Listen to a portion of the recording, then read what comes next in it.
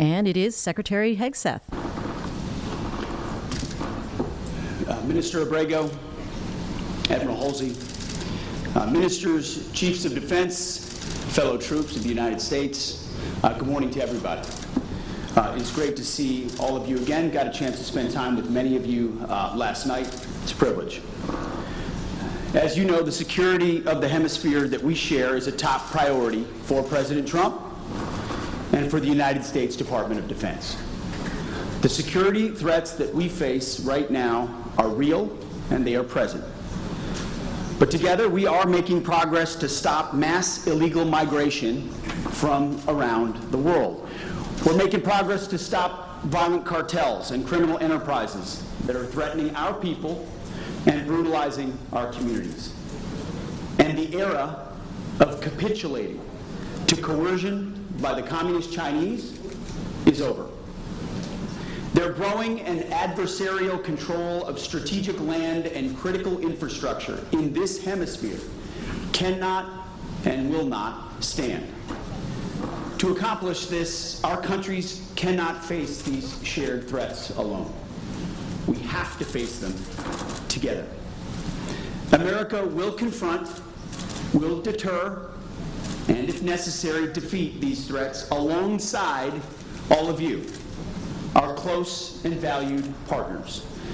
Our mission is simple: achieve peace through strength through an America First approach.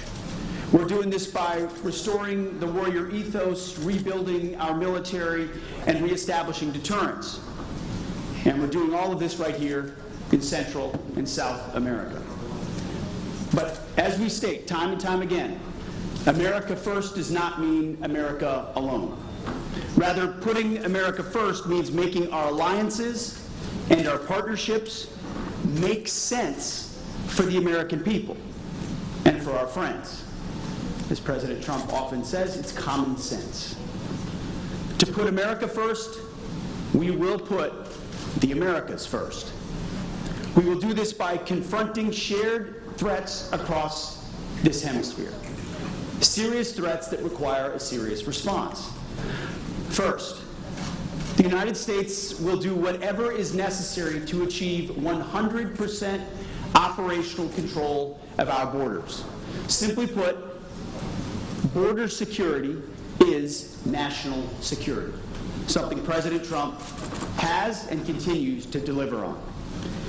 Border security in every country in this region is a shared challenge and must be a shared priority for all of us. And I had a chance to spend time, as I mentioned, with multiple ministers last night who are just as committed to their own sovereignty in defense of their borders and assisting us in defense of ours.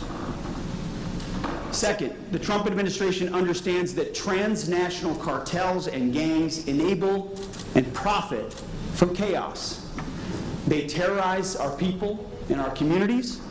So, President Trump has designated these groups as terrorist organizations, and we are unflinchingly treating them as such. We also know that these same terrorist gangs and cartels, they profit from terrorizing your people and your communities. Cartels that ravage your lands. They control large swaths of territory in some of our countries, and their existence threatens yours and our sovereignty. Together, each for our own country, we will target and we will destroy those networks. And thank you again to every leader in this region cooperating with the United States to stop mass illegal migration and to accept returning migrants to your countries. And third, as we look beyond our hemisphere, we have to recognize the threat that China poses to our countries, to our people, and to peace in this region. China-based companies are capturing land, critical infrastructure in strategic sectors such as energy and telecommunications. China's military has too large of a presence in the Western Hemisphere. They operate military facilities and ground stations that extend their reach into space. They exploit natural resources and land to fuel China's global military ambitions. China's factory fishing fleets are stealing food from our nations and from our people.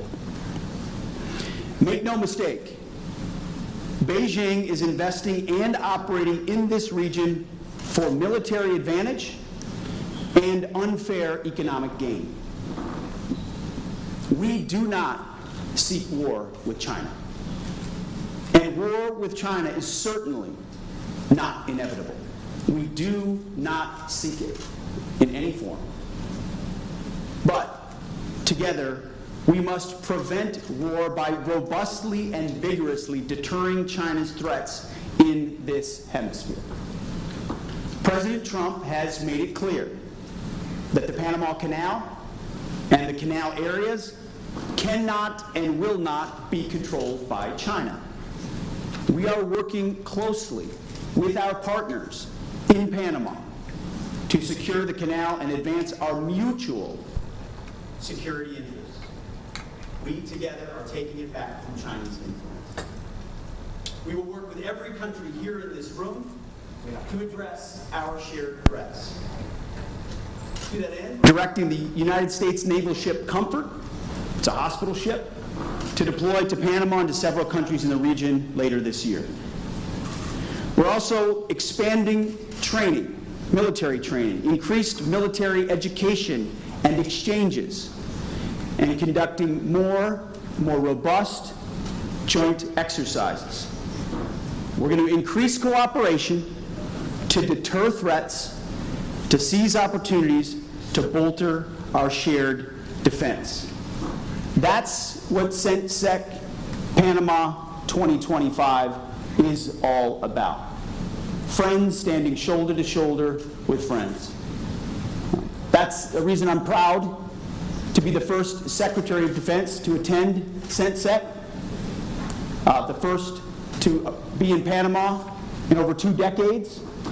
President Trump has made our hemisphere, our friends, our borders, a high priority in his administration, and it will continue to be so. Like all of you, the United States wants a hemisphere of secure, prosperous, and sovereign nations. This is not globalism or interventionism. Instead, this is a golden age of shared national interests. We want this to be a golden age for our countries and for this hemisphere. We want, in short, to also make the Americas great again. Together, we will secure a prosperous and peaceful region for our people and a promising future for our kids and for our grandkids. Thank you, and God bless all the countries assembled here. Thank you.